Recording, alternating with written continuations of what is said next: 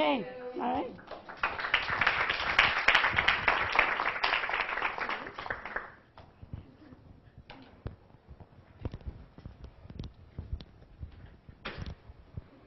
Well, I have to say that's the most incredible introduction ever, and the most meaningful for me as well, too. It's a privilege and an honor to be here. And yes, in looking around the room as well, too, and I will speak a little bit to how the research developed and the influence that Joan has had on this. But I look around the room as well, too, and I see many faces that contributed to this dissertation, whether that's in the actual thinking and the writing and the grappling, but just the emotional support to reach the end of that and have these ideas now to share with you. So thank you so much for that. The award is by far the most meaningful to me because it does reflect, most importantly, the people who influenced the beginnings and evolution of my dissertation, who insisted upon an unparalleled academic rigor and encouraged a radical or a creative way of thinking that continues to disrupt my knowledge of children, their movement, and the environments they move in. So today, in true CQ style, can you hear me back there? I'm not sure whether it's on, but let's see. Is it on? Yes. It is. Okay. Okay. Is that better? Yes. Perfect. I said that I could do this. I could raise my voice, and as I sometimes have to do with my children, I thought I was capable, but not quite. In true CQ style, I'm going to depart from my usual way of presenting this material and focus instead on two important method or process-related ideas that emerged from this research: the notion of risk and the influence of rhythm. And by doing this, my aim is to emphasize the link between the dissertation and the choreographic influences that to date I'm really only beginning to explore. So one of my main questions right now, drawing on key Deleuzian concepts and the work of choreographers and philosophers Erin Manning and William Forsythe, is whether choreographic thought, which would include elements of risk and rhythm, resides exclusively in the body and in the realm of the arts, or whether its mechanisms and its principles can be used to rethink ways of knowing, to develop procedural strategies, and mobilize language. So in other words, can a kind of re-embodying of qualitative research, or in this case, a drawing on a dancing past, facilitate knowing children with diverse abilities and their movement in important childhood environments? So, going back now 20 years to my career with the Toronto Dance Theatre, I can't believe I'm saying that. Christopher House, who's the artistic director of the company, used to say that his ideal dancer was someone who knew the rules, but was willing to break them in performance, and willing to take that risk in breaking them. Not to be rebellious or without purpose, but to see what would happen as a result. How it changed the body, how it changed the rhythm of the encounter with other bodies, how the choreography may have changed, and the audience's response.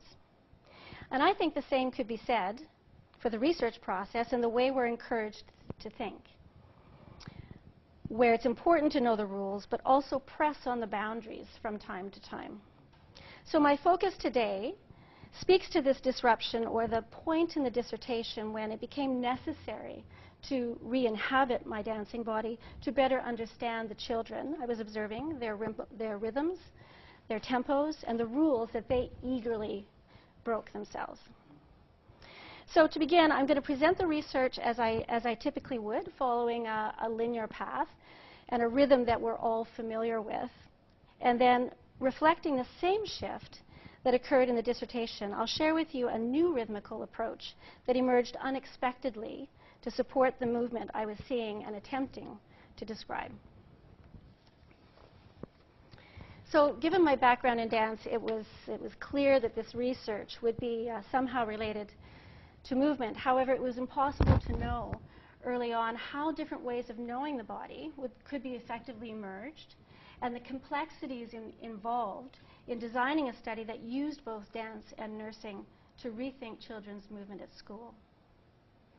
So inspired by a young boy moving in a gait lab, I developed a framework that highlighted the similarities between the research and the choreographic process, which supported my observations of a remarkable group of children and their interactions in an integrated kindergarten classroom at Holland Bloorview.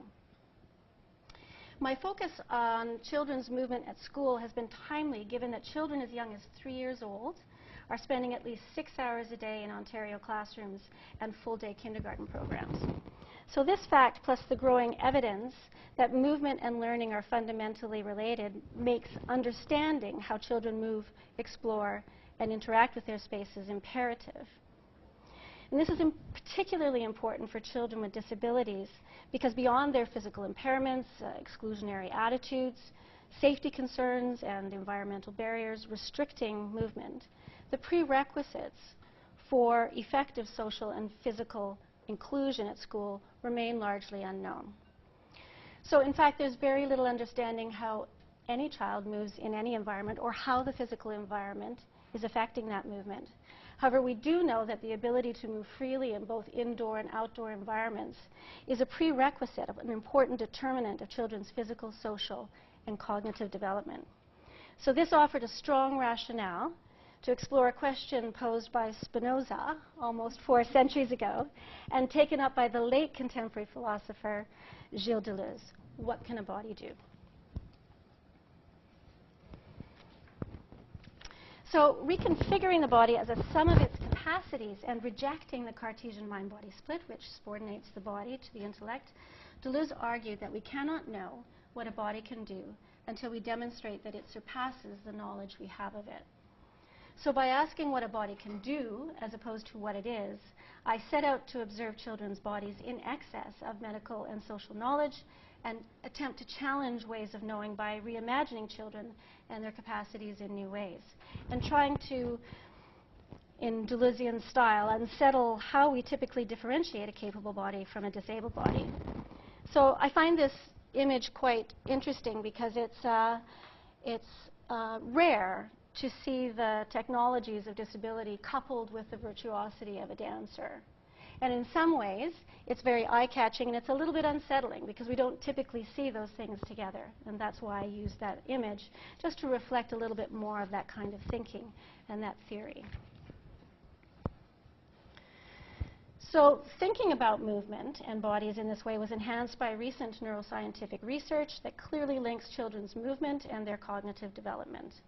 In particular, advances in neuroimaging have illuminated extensive connections between the prefrontal cortex, which we know is critical for cognitive processing and learning, and the cerebellum, which is critical for motor skills and actions. So simply put, and we all have known this for a very long time, children may be learning better when they're moving. So it was clear from this review that gesture, independent exploration, and physical play are positively related to children's learning, health, and development.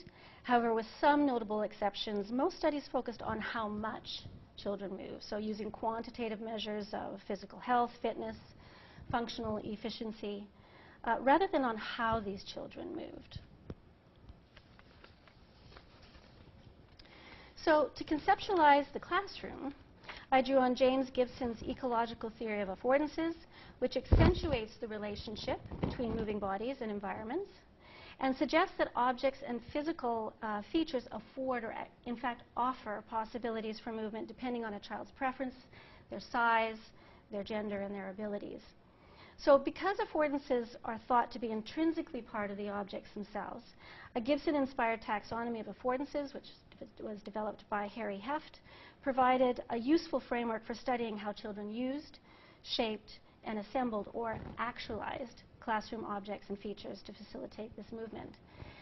So again, I find this image interesting because for us, and from a Gibson point of view, Gibsonian point of view, if we were to see a group of stools in a classroom or a room, chances are we would find those sit-onable. And that's how Gibson would describe that. They are sit-onable. I doubt we'd be crawling through them or hiding behind them, maybe, perhaps. But for a child, that vantage point offers a whole other set of possibilities, which could be crawl-throughable, hide-behindable, peek-throughable.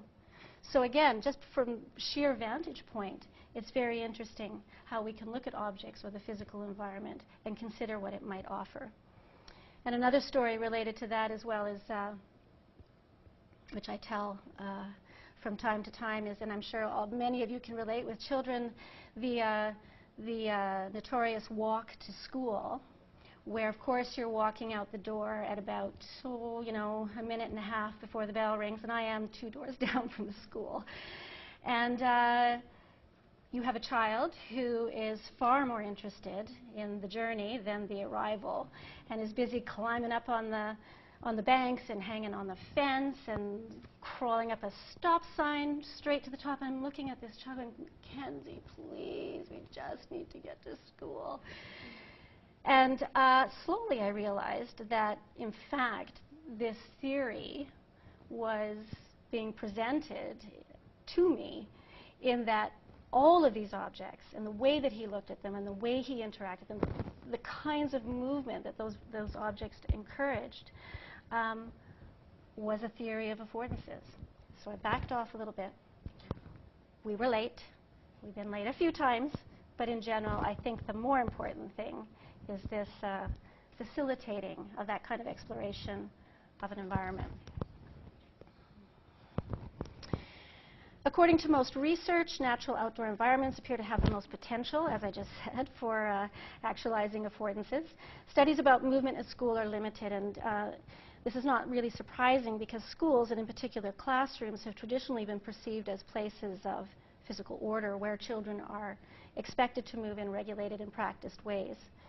Highlights from this review include an important study by British geographer Louise Holt, who found that certain architectural features in inclusive primary classrooms were found to perpetuate able or disabled binaries by inadvertently segregating children.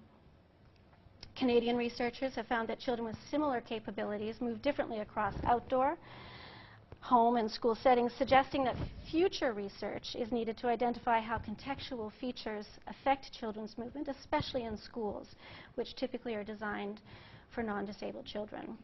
So overall, studies tend to privilege either movement or the environment. Very few address the relationship between the two, and most of them have been conducted outdoors.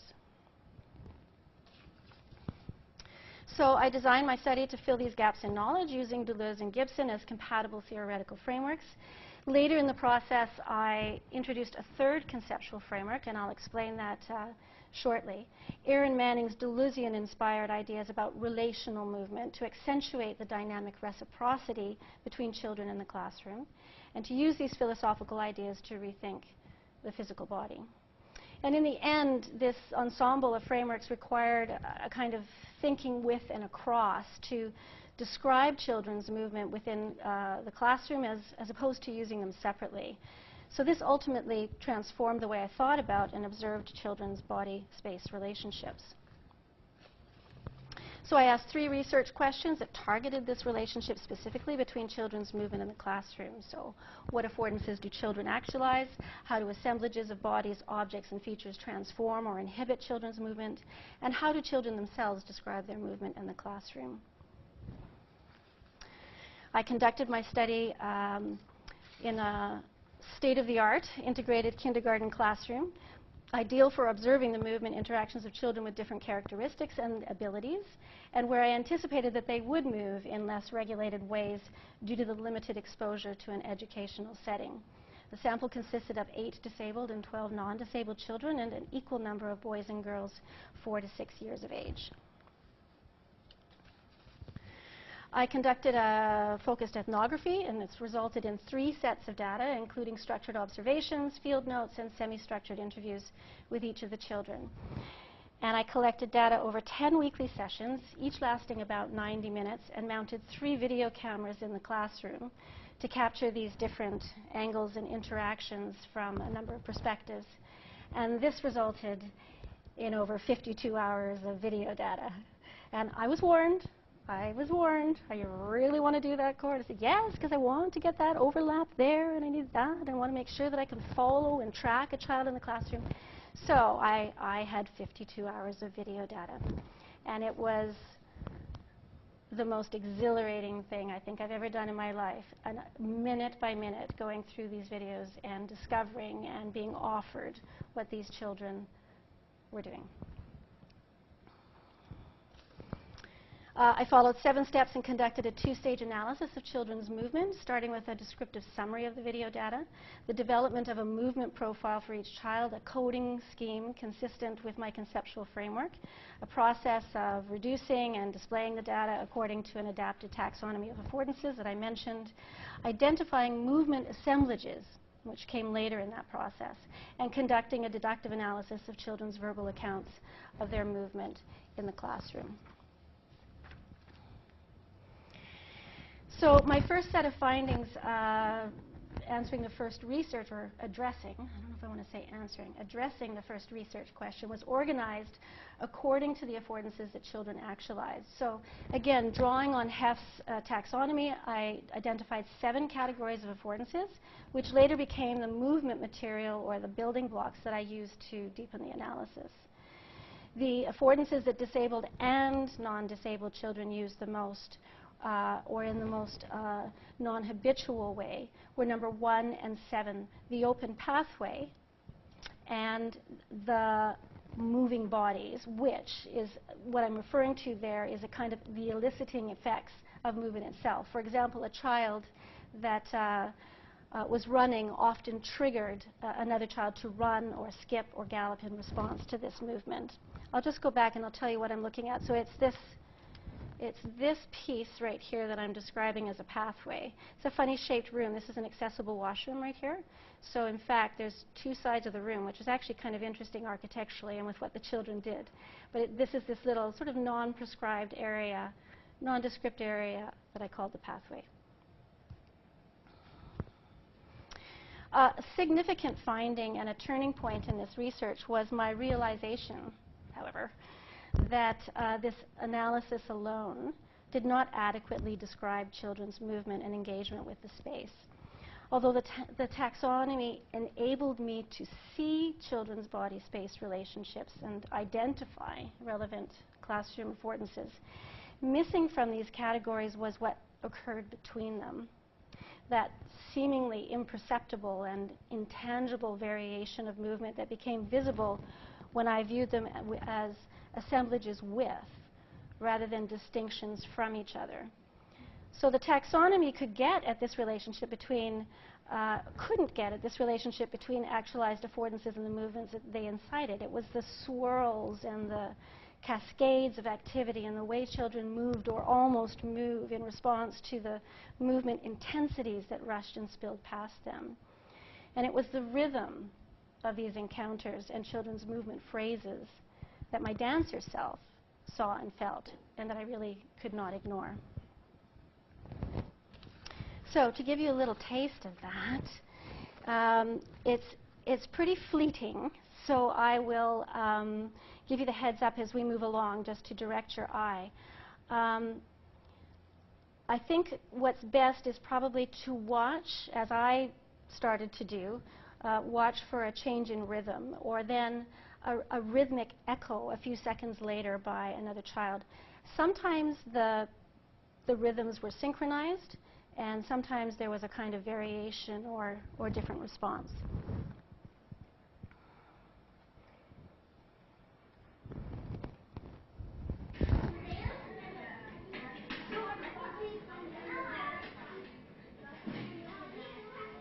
So we have this little guy coming through there. We have 1, 2, 3. And then a kind of convening as well, too, and gathering across the pathway. This is the pathway. Again, watching this little guy come through. And moments later, a kind of echo.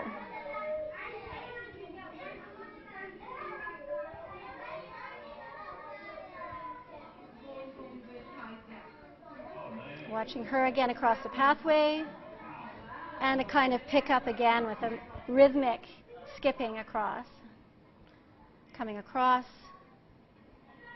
coming across, and again a kind of luring across. I'll have you watch her. There's lots of activity happening on the other side of the room, and watch her response.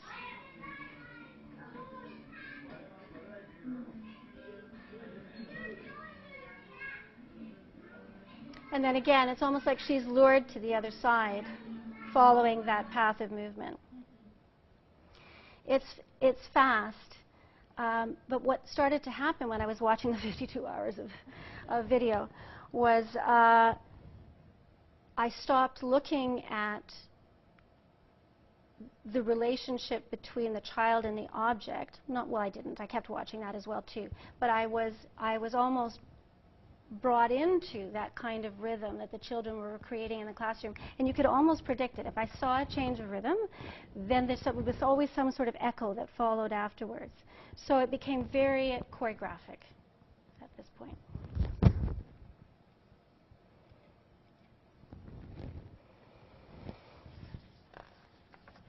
So the movement then that I thought I could decipher, these actualized affordances and independent interactions, it was all very nice and tidy. I was really pleased about that, and then realized it wasn't going to be so tidy, was no longer what was tangible for me. Movement resonated and could be felt in the assemblage and recombination of bodies and objects and their changes in speed, rhythm, and flow. So drawing on my conceptual framework, and in particular Erin Manning's work, I took a choreographer's point of view and described 5 key child dancers and their movement phrases, assemblages, and intensities as they emerged and dissolved. And a major finding here was that all children, regardless of physical ability, found creative ways to assemble and reconfigure objects and features to facilitate moving with classmates, resulting in a crack in habit, drawing on Deleuze, or an unusual way of moving. So this is where I need to pause and change rhythm.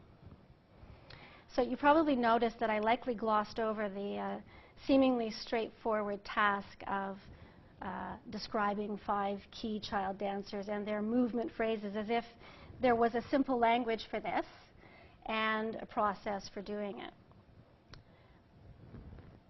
I didn't realize it at the time, but there was a process, and the process involved re-inhabiting my body as a dancer and a choreographer.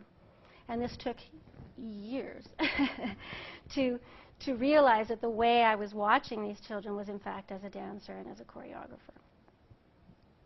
So this is where the dissertation took a right turn and was mobilized in a way that took on an entirely new rhythm and flow, much like a dance in the making that all of a sudden included a prelude, an intermezzo, and a coda.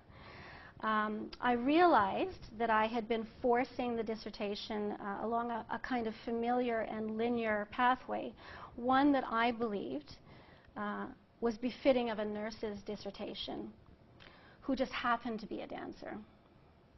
So in order to disrupt that, and also to begin attempting to merge these 2 people, I ended up in New York in a dance studio, painful, in search of this ever-elusive language and movement vocabulary. So I studied Laban movement analysis, which is a method of language, a method for language, for describing, visualizing, interpreting, and documenting all varieties of human movement. And while this appeared to be a useful strategy to begin, I ended up with the same problem as I did with the taxonomy. This categorization of movement, the labeling of movement, held it in place instead of capturing it dynamically. So I returned to my original theory, looking at more closely this time at Erin Manning's work that brings Deleuzian ideas and concepts to the level of the physical body. And then all of a sudden, things started to make sense. The concepts became clearer to me, And the language I'd been searching for had been there all along, built into that theoretical framework. So in the end, my theory, in fact, became my method. So augmenting this right turn, I realized that the music I was listening to when I wrote, and I have to listen to music, was music that I had danced to years ago. And I realized it was finding its way into the rhythm of my sentences and my ideas. So in particular, it was the pattern music of the American composer Steve Reich, if you know him, that drove the writing in a particular way and reflected to me the multiple layers of ideas and movement phrases that I was trying to articulate. For those of you who are unfamiliar with this music, it's also known as phase music, where variations in one harmonic line create a moment of discord or a kind of unsettledness, very Deleuzian as well, until the two lines synchronize again. And I found this music to be absolutely inspiring, but my children started to complain, saying, "Oh, Mom, how can you listen to this? That it's boring, it's weird, it sounds scary. Like, why are you listening to this?" And I was absolutely tied to it. I still am, actually. I have to put that on when I'm thinking and also when I'm writing. So my daughter, who's 7 now, has become so familiar with one piece of this music that she likes this one. And she alerted me that she always alerts me when there's about to be this huge shift in rhythm or melody, and usually responds to it physically herself. It's so difficult to anticipate because the complexity of the music is so difficult. But it suggests, in a way, a kind of embodied knowing or listening, a sensitivity to changes in rhythm that many children seem to share but are not necessarily aware of. And I'll come back to that point in a moment. So it did come to a point where I found it difficult to write certain passages and chapters that didn't feel right rhythmically. So you get to sort of the middle of the sentence and you go, "Oof, no, I can't leave it that way. It's rhythmically incomplete to me." And I realized slowly that by giving attention to this, I was developing another way of describing movement that didn't rely solely on words. Drawings and images of children's movement helped as well. However, again, it's difficult to capture movement in a sketch. So there was tug of war with that as well, too, in trying to find the movement in a drawing. I'll show you those in a couple of minutes. You can likely imagine as well, too, that there was some friction over writing this particular chapter, or kind of line of flight, if you will. Writing musically does not always align with very clear, concise, and crisp sentences, befitting a nursing thesis, and characteristic and the signature of my supervisor, Dr. Patricia McKeever. So here I am, lilting away, lilt, lilt, lilt, and she called it decorative writing, Cora. Keep it sharp, keep it crisp. But that I was battling with this as well, too, where I needed to feel that the movement was coming through the words. So this push and pull began to characterize the thesis, and although at times it was difficult to know how to rein it in or let it go, thankfully this brilliant supervisor and a PhD committee were willing to take these risks with me and jump off a cliff, usually not knowing where we were going to land. So to articulate how both dance and music inform the writing and highlight the integration of both a scientific and artistic approach, I'll read a short caption from the thesis followed by the theoretical ideas that supported the interpretation. And this is reflective of this little boy, gliding walker pathway boy. When the event emerged, I observed this dancer kneeling and playing alone center stage in close proximity to other dancers moving. He played and watched from this vantage point for several minutes before he took a circuitous route with his walker towards the newly configured barrier. He paused at the threshold and then used his walker-turned snowplow to crash into, dismantle, and push past the barrier. As bodies rushed and spilled past him, he followed and seemed to pick up their speed. In a moment of apparent weightlessness, he pressed down on his walker, thrust his legs forward, and harnessed his speed and glided uninterrupted along the pathway. His glissando-like movement made it impossible for me to differentiate his body from walker from pathway. Other dancers mirrored this gliding walker pathway boy's rhythm and speed, running, sliding, and skipping a short distance behind him. He repeated the glissando over and over again, shifting, tipping, and reshaping the glide, almost urging his body and walker to stretch further, move faster each time. And when his feet left the floor, I felt the intervals sustain. The pathway, now gliding, looked like it was holding him there. He seemed to enjoy almost landing, not yet. Time-space had shifted, and he had felt the relation. And that description was influenced by Manning's understanding of complex configurations, including bodies, objects, and environments. And I quote her, "As it enters into movement, the ground is reconstituted as a novelty, intertwining with the capacities of what a gravitational body can do. The ground is one of the movement's enabling constraints. The dancer will always reach the ground again. Yet in the series, Dancer, Movement, Ground, it's how the ground plays into movement moving that is at stake. The ground contributes to the dance as a form-finding element in the dancer's shape-shifting process, operating not as a stable entity, but as an active determinant in the process. The ground is a compositional aspect of the dancer's movement, reconstituting the ways in which space-time potentializes the moving body and vice versa. The ground doesn't simply ground, it dances." So you can see why I was rather attracted to Manning's work and how quite complex Deleuzian ideas were brought right down to the physical body. So drawing on this theory-turned method, I noticed how the notion of speed and rhythms and intensities emerged also in children's interview accounts, describing their interactions with classroom affordances according to the movement sensations they elicited. So for example, this little girl compared what she could do with her walker to jumping on a trampoline. A boy body surfing on a ball was absolutely convinced he was faster than gravity. This is the same little guy who told me that his mobility device was a police car and described that in terms of speed and power. And a non-disabled child said that he wished he had a wheelchair so he could move faster like his disabled friend Tim. And I love this quote because in a Deleuzian way, it turns traditional ideas about disability on their head and challenges notions of physical capacity. And this is a four-year-old little boy. So again, drawing on this integrated artistic scientific sensibility, and I highlight that by saying, I think what we've discovered through this as well too is that it wasn't about accomplishing the science of the study and then interpreting it using dance. But the dance was essentially a part of this right from the beginning. And I think in work to come that's our drive, is to really keep both the art and the science moving together and pushing back and forth as we move along.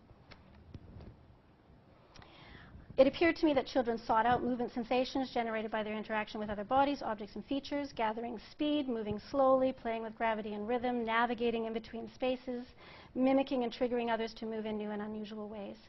Ultimately, children tested the limits of what their bodies could do through their creative assemblages with classroom affordances. Dana, how am I doing for time? Okay. I'm close. 3 movement themes and variations, as I came to call them, emerged. In terms of integration, children who physically integrated their bodies with objects were able to move in enhanced ways. The extent of this integration made it difficult for me to see or sense where their bodies and objects actually began or ended, and challenged the notion that humans simply occupy or move separately from their environments. And this little girl here, I'll get my mouse, who's at the window, we called her Princess Peking, I think. She rarely came to this side of the room. She was usually on the other side of the room, which was generally a quieter place. A lot of activity happened on the other side because that area is a pretend center, so there was a lot of play and role-playing and activity going on in that space. So she rarely came over there, but they found a way to change the pretend center so those doors actually opened up and created a bunch of subspaces. And she was so clever because she came over there, she found the subspace, and she parked herself behind it, but she could still be so present with all of this activity and these cascades and the vortexes of movement. And she was protected. I thought it was so clever. Yet she was really in the eye of the storm and experiencing movement to a certain degree. And we called her not still in there, but stilling in that space. The notion of transition also emerged from the findings. Smooth transitions between classroom spaces were facilitated by children's ability to move with objects. For example, a young boy's integration with his wheelchair, that place where it was difficult to determine where the object started and where his body started, enabled him to weave and transition smoothly between objects, bodies, and spaces. In contrast, children's transitions were disrupted when they encountered objects or groups of people that blocked circulation paths. Short, structured learning periods and a play-based curriculum increased children's movement between areas and activities. So transitioning, which I was coming to know more clearly now through my own body, comprised much of children's movement and time in the classroom, exposing their bodies to frequent changes in dynamics and flow. Finally, children's shared interactions emerged as the final theme. All children used and shaped and assembled classroom objects and features in a novel and non-habitual way. However, physically dynamic and rhythmical changes seem to occur when these actualizations included the movement of other children. So the social benefits of shared play and participating at school are well known. Less known are the effects of children's exposure to rhythms and intensities generated by multiple bodies moving, fleeing, mimicking, and playing together. And furthermore, the immediacy of children's responses to moving seem to reveal a kind of physical or neurological attunement to other bodies and their changes in dynamics and flow. It was very fast. And as you saw in that video clip as well, too, it wasn't like a cognitive choice to move. They just moved in response to the intensity of the movement. Shared interactions may have advantages beyond those that reflect traditional understandings of social inclusion and participation. So moving together, children may be learning in ways not fully understood and discovering new physical and social capacities. And these ideas are in fact supported by recent neurobehavioral research that has shown that by simply watching movement, our little princess stilling in the castle, the corresponding motor program in our brains is activated, supporting further research to explore children's movement synchronies in naturalistic environments. Which leads me to this next phase of research. Last year, Dr. Barbara Gibson and I, together with an interdisciplinary team of researchers, co-wrote and secured a CIHR operating grant focused on children's movement together. So building on these findings, the primary aim of the study will be to develop a conceptually derived framework of body space principles that could be used to guide the design of integrated classrooms and optimize children's physical and social interactions in these and other play spaces.